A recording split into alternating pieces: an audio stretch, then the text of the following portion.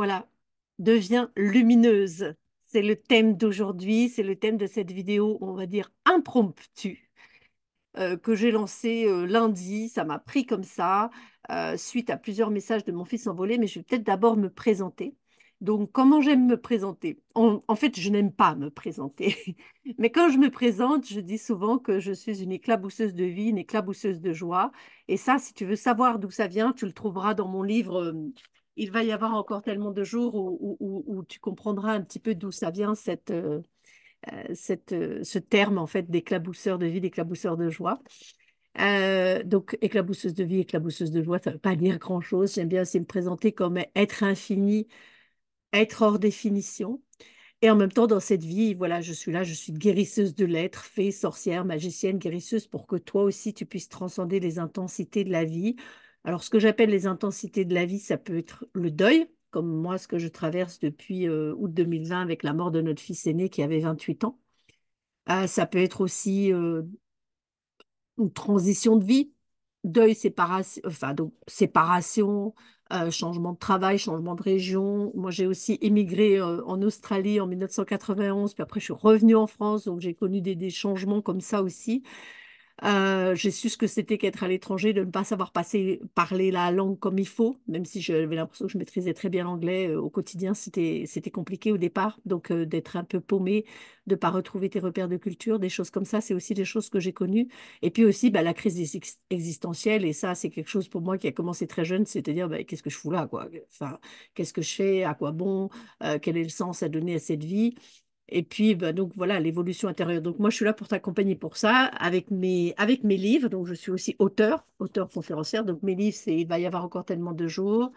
Il y a L'Envolée, celui-ci qui est vraiment un recueil de sagesse universelle. Et puis, le cahier des questions qui est plus un manuel de deuil quand même. Et puis, à travers aussi bah, les vidéos, tout ce que j'offre maintenant. Et donc, l'idée, c'est de devenir lumineuse. Alors, peut-être pour remettre le contexte et comment ça m'est venu. Donc j'ai des conversations avec mon fils envolé qui passent par l'écrit que je transcris. Donc c'est pour ça aussi que je me définis ou en tout cas quand je me présente, je dis aussi que je suis canal de lumière. Donc ça c'est venu petit à petit, mais ça s'est confirmé 10 mois après sa mort.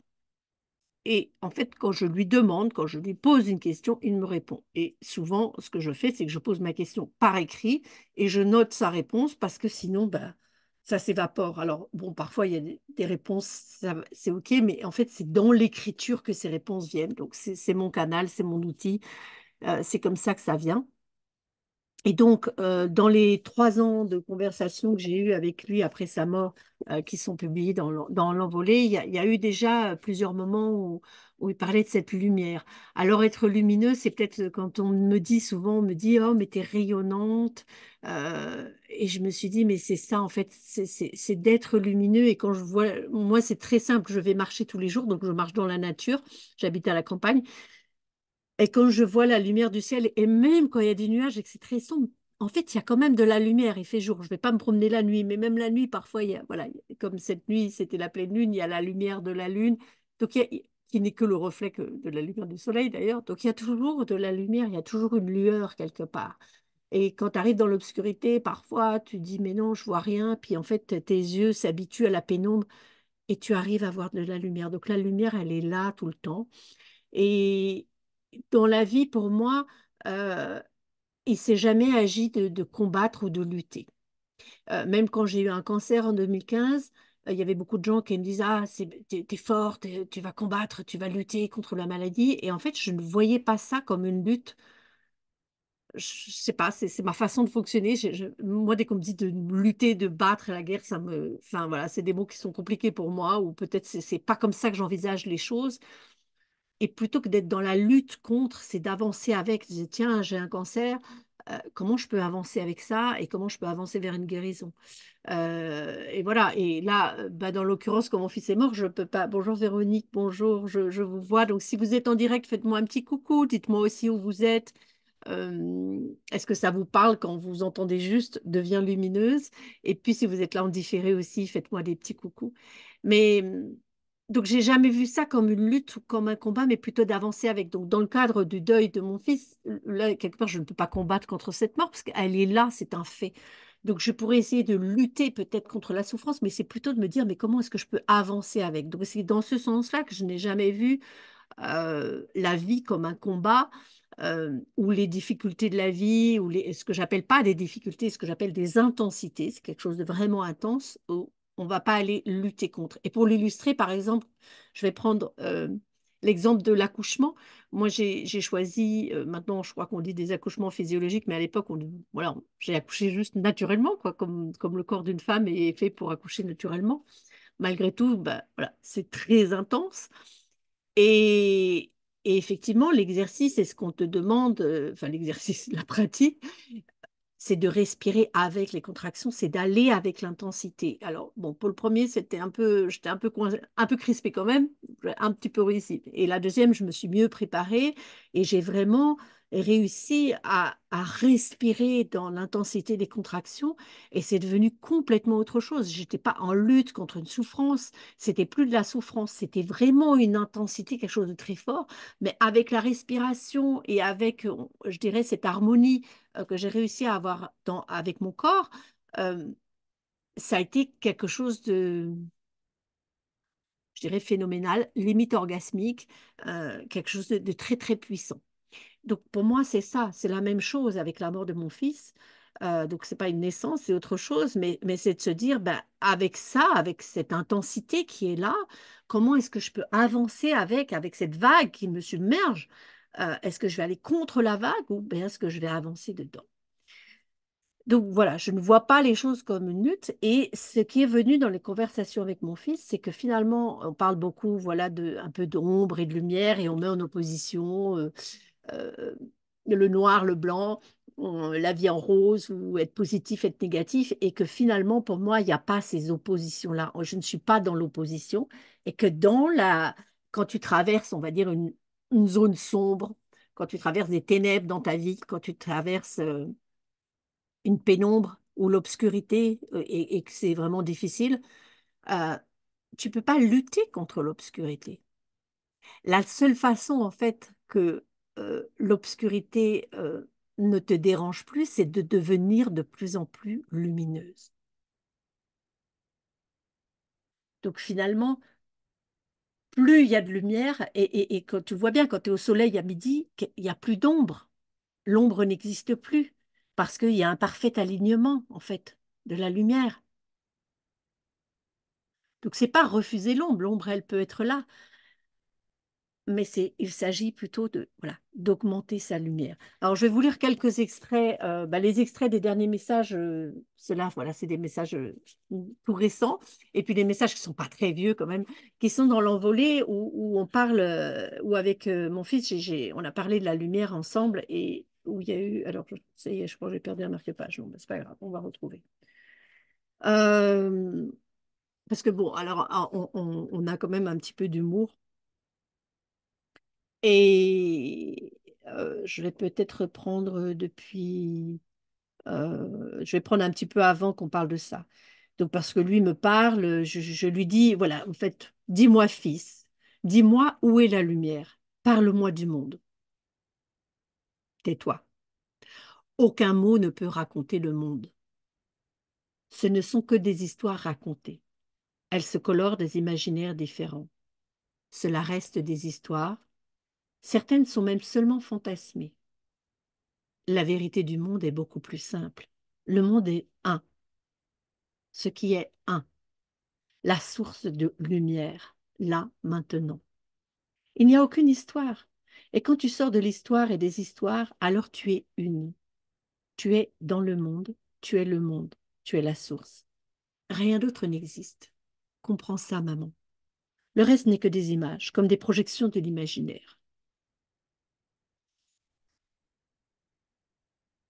J'aime beaucoup ces messages, mais voilà, moi je suis toujours un petit peu l'avocat du diable, quoi. J'aime bien voilà, dire, bon, attends, attends, attends. Ok. Et moi, dans mon expérience humaine, je fais quoi avec ça? Le point lumineux? Mais t'arrêtes de râler. Oui, le point lumineux. intense, rayonnant, qui embrase et brûle les simagrées, les tragédies, les comédies, les inventions de l'esprit. Et tu éclaires la vraie connaissance. Voilà, puis ça continue. Donc effectivement, nous, on peut faire ça dans la vie, c'est être les points lumineux. Euh, voilà, donc vous voyez qu'on a gardé cet humour que nous avions déjà quand il était incarné. Mais donc, parce que voilà, je râle un peu, je dis, bon, voilà, c'est bien beau, tous ces beaux messages de lumière, c'est vraiment très exaltant, mais en pratique, voilà, en tant qu'humain sur Terre, ça se passe comment pour nous, quoi? Donc voilà, tu fais le point lumineux, intense, rayonnant, qui embrase et brûle les simagrées, les tragédies, les comédies, les inventions de l'esprit, et tu éclaires la vraie connaissance. Je vous laisse euh, savourer et digérer, on va dire, ces mots, cette parole, euh, cette sagesse, et voir ce que ça crée pour vous, en fait, quand on vous dit, quand peut-être ça tourne pas rond, peut-être que vous êtes en train de dire, mais ça va pas, voilà, je suis dans un tunnel, etc. Ok, et si je faisais le point lumineux? Et si j'étais le point lumineux? Est-ce que ça changerait quelque chose maintenant comme ça dans ma vie? Qu'est-ce qui serait possible pour moi pour éclairer? Et être clair. Et c'est ce que j'ai dit quand j'ai présenté aussi la vidéo. Je disais en fait, pour être le point lumineux, justement, pour être cette lumière, euh, ça veut dire qu'on va aussi éclairer. Donc, c'est accepter d'éclairer. Et pour éclairer, cela veut dire aussi être clair, en fait. Voilà, pour éclairer, soyons clairs. Donc, c'est pas toujours évident d'être au clair, d'être clair. Quand on traverse des tempêtes ou bah, tout simplement quand le monde aussi autour de nous est sombre. Et moi, c'est vrai que pendant pas mal d'années, j'ai cherché en fait la clarté ailleurs. J'ai été chercher de la lumière ailleurs, partout. Sauf que moi, je restais dans l'ombre, en fait. Quelque part, je restais dans mon obscurité. Et ces lumières-là, elles m'éclairaient pendant un moment, euh, mais ça suffisait pas. Et puis finalement, ben, j'ai compris que c'était à moi en fait de créer la lumière, c'était à moi en fait d'être le point lumineux et pas de chercher partout les phares. En fait, c'était à moi d'être mon propre phare dans la tempête. Même si les phares des autres, voilà, ça va m'aider aussi, mais que chacun de nous en fait que chacun de nous soyons des phares dans la tempête. Donc en fait, c'est à chacun de nous de devenir lumineux et peu importe les circonstances, les tempêtes, les zones d'ombre, etc. Euh, donc je vais vous lire aussi un autre passage, voilà, parce qu'il parle de vivre des vies lumineuses, en fait. Raconte-moi une histoire, fils, une histoire de l'humanité. Elle est en déperdition, mais les messagers de lumière l'illuminent. Quand il ne restera plus qu'eux, alors vous vivrez des vies lumineuses. Laissez-vous éclairer et transfuser de l'eau de la source, que le sang noir disparaisse de vos veines. Devenez translucide. L'humanité n'est qu'une expérience infime de vie. Regardez-la de loin, mettez-vous en perspective. Donc nous sommes là pour vivre des vies lumineuses. Et c'est sûr que pour être clair et pour être au clair, euh, ben, c'est aussi se laisser éclairer, c'est devenir translucide, c'est se laisser en fait purifier, nettoyer. Euh, mais je ne veux pas aller trop loin là-dessus parce que enfin, pour moi, dans certains courants religieux ou dans certains courants spirituels, il peut y avoir quelque chose de très dogmatique dans la purification, etc. C'est juste en fait de demander à être encore plus la lumière. Et plus tu es lumineux, plus tu te purifies finalement. Et plus la charge mentale, le fatras, tout ce qui t'encombre, etc., ne tient pas en fait devant la lumière. Et donc, c'est ça aussi, parce qu'au départ, ben, la question que j'avais posée donc, à mon fils, c'était par rapport au fait que ben, je deviens de plus en plus visible sur les réseaux et que, voilà, ça peut être un peu flippant, en fait.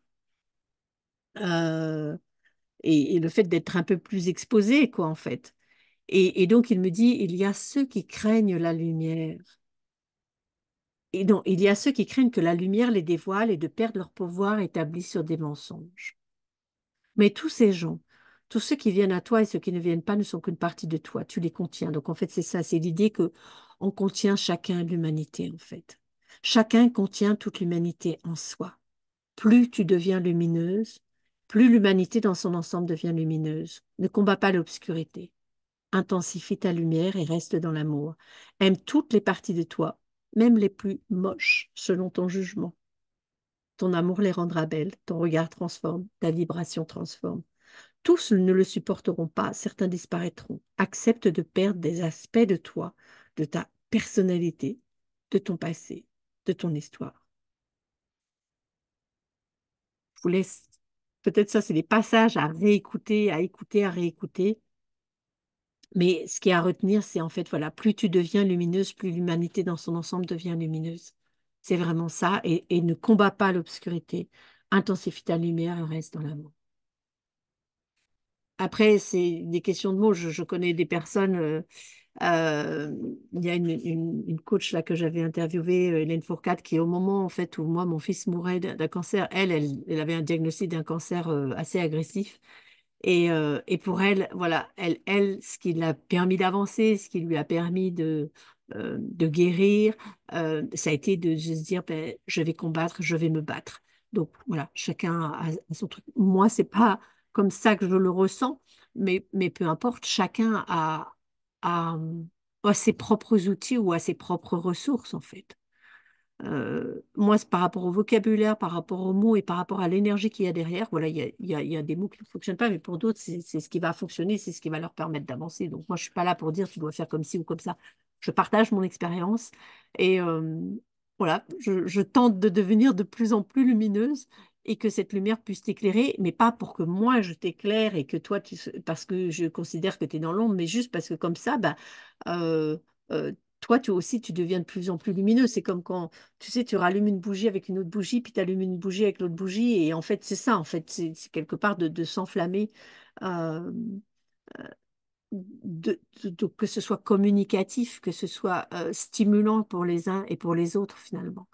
Mais sans se forcer, ça ne veut pas dire que on peut avoir des moments, ben voilà, où la lumière, on sent qu'elle vacille un peu. On peut avoir des moments où on a même l'impression peut-être que ça va s'éteindre parce que c'est vraiment trop intense peut-être au niveau des émotions et de ce qui se passe. Mais finalement, c'est juste notre regard que nous avons sur les choses. Donc, c'est aussi laisser regarder, laisser les tempêtes être là, ne pas vouloir les combattre, mais comment, qui je suis et comment je suis et quelle vibration en fait j'ai pendant la tempête. Est-ce que je laisse vraiment euh, cette tempête, on va dire, émotionnelle, cette tempête euh, dévastatrice, m'assombrir? Est-ce que je la laisse éteindre ma flamme? Donc, ce que j'appelle la flamme, c'est ouais, c'est la lumière, mais c'est cette flamme de joie, de vie, d'amour, en fait, cette énergie qui me donne envie de me lever le matin, qui me donne envie d'avancer, qui me donne envie d'être en gratitude pour tout ce qui fonctionne, pour tout ce qui est beau, pour tout ce que j'aime, et même d'être aussi en gratitude pour cette tempête, pour ces trucs que j'aime pas non plus. Mais quand je suis en gratitude, mais je le transforme, ça devient complètement différent. Et justement, par rapport à ça, en fait, l'autre message que j'avais, que j'ai eu là et que j'avais partagé l'autre jour aussi, c'était en fait, parce que, bon, voilà, ce qui se passe dans le monde, ça questionne quand même, hein. Donc je lui ai demandé, eh ben, est-ce que tu as un message pour moi, le monde aujourd'hui, ce monde où la parole se libère, d'un côté, ouais, il y a beaucoup de libération avec la parole, il y a vraiment quelque chose de merveilleux qui est en train d'émerger, et aussi où des hommes s'entretuent. Donc voici sa réponse, c'est vous êtes tout ça. Vous êtes la libération et la guerre. Ce que vous voyez sur Terre n'est autre que ce qui se passe en vous, vos conflits intérieurs, enfouis ou à fleur de peau. La libération entamée est à poursuivre. À elle seule, elle ne suffit pas. Avant de vous apaiser, vous devez lâcher les emprises. Les emprises sur vous et celles que vous maintenez sur d'autres. Vous vouliez maîtriser, être maître dans l'art, mais vous avez contrôlé, asservi. Ça suffit. Vous n'êtes pas les maîtres du monde, ni des esclaves. Acceptez de seulement et uniquement jouer votre partition, sans fausse note, au diapason, en harmonie. Cessez les dissonances. Soyez vos différences. Respectez-les, aimez-les, découvrez-les. Soyez maître de vous-même, dans l'art de vous connaître et vous respecter, non de dompter ni de nuire. La nuisance vient des zones sombres des temps perdus. Ils sont perdus. Rien à faire de les chercher. Coupez les maléfices qui vous tiennent encore. Échappez-vous, trouvez-vous là où vous êtes, en paix, libre. Pas là où vous avez été, où vous étiez détourné. Soyez là, avec moi, en lumière, torche vivante de joie. Plus rien d'autre n'existe.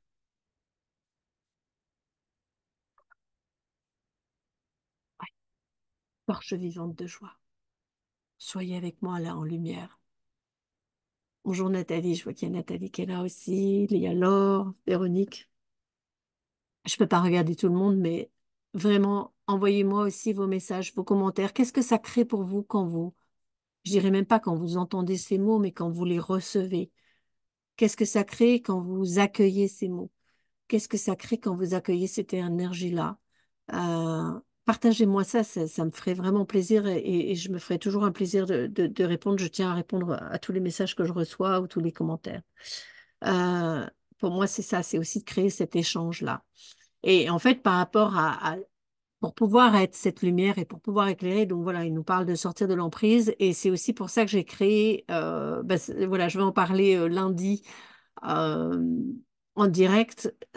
J'ai créé une Master Healing Session qui se passera en 3 temps sur de quel gourou es-tu la proie. Donc, je ne vais pas en parler aujourd'hui puisque j'en parlerai lundi en direct à 18 h. Et donc, ce sera une vidéo d'introduction pour avancer. Et puis après, ben, il y aura la Master Healing Session qui sera payante. C'est 66 € pour les 3 sessions et pour aller guérir ça, en fait. Et vraiment que vous puissiez chacun, enfin que nous puissions chacun, chacune devenir lumineux. Et en fait, c'est à chaque fois euh, qu'il y a du sombre, c'est pas aller lutter contre en disant, ah, il y a du noir, je vais aller mettre de la peinture blanche dessus. C'est observer aussi ce sombre, observer cette obscurité, observer ce que ça crée en nous. Et puis, vraiment poser la question, mais qu'est-ce qu'il y a d'autre comme possibilité ici? Qu'est-ce qui est possible pour moi pour être la lumière ici, pour créer de la lumière ici? Qu'est-ce qui est possible? Donc, au cœur du deuil, en fait, qu'est-ce qui est possible pour moi peut-être pour créer de la joie ici?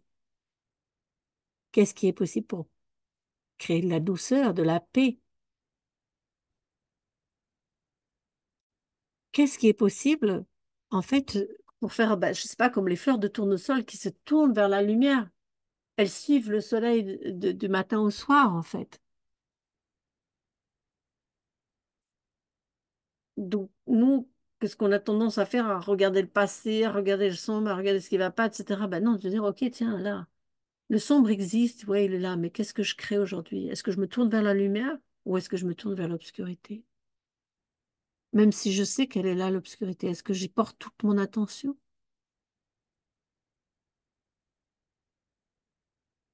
Et si j'allais visiter l'obscurité en étant moi-même lumineuse, peut-être que je la verrai autrement, parce qu'en fait, je vais l'éclairer. Donc, ça va permettre que ce soit beaucoup plus clair aussi pour moi, euh, tout ce qui est de l'ordre de la difficulté de l'émotion, je vais y voir beaucoup plus clair, en fait, dans l'obscurité. Donc, c'est pas refuser l'obscurité, c'est pas faire comme si elle n'existait pas, mais c'est l'observer et l'accueillir à partir d'un espace lumineux. Donc, c'est complètement différent. C'est complètement différent. Je sais pas comment vous ressentez ça. Peut-être que après avoir entendu ces mots-là et peut-être après euh, avoir réécouté aussi, euh, il y a des choses qui vont changer dans votre vie. Vous souviendrez peut-être plus que c'est à cause de ces mots-là ou pas.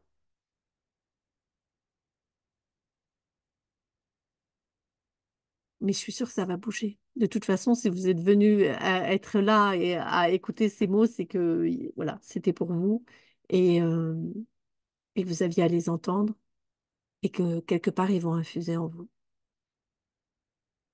Donc, ben, je vous remercie de votre écoute. Je vous remercie aussi de vos commentaires, de vos likes, de vos partages. Voilà, si ça vous parle, ben, n'hésitez pas à permettre aussi que ces vidéos soient partagées, se diffusent et que d'autres personnes puissent être aussi éclairées. Et puis donc, je vous donne rendez-vous pour De quel gourou es-tu la proie pour aller vraiment libérer ça lundi, je sais plus, on sera le 29, je crois, à 18 h. Et puis sinon, on sera, ça se passera les 22, 24 et 27 mai. Donc, le lien est déjà dans ma bio si vous voulez en savoir plus. Et puis, si pour vous, vous cherchez quelque chose de plus individuel, sachez que je propose des guidances sacrées, des expériences voix de l'invisible, des expériences clarté et aussi l'expérience les 7 espaces du deuil ou évolution. Donc voilà, des accompagnements individuels qui sont aussi possibles. Je vous dis à bientôt et, euh, et belle journée lumineuse, belle nuit lumineuse, belle vie lumineuse.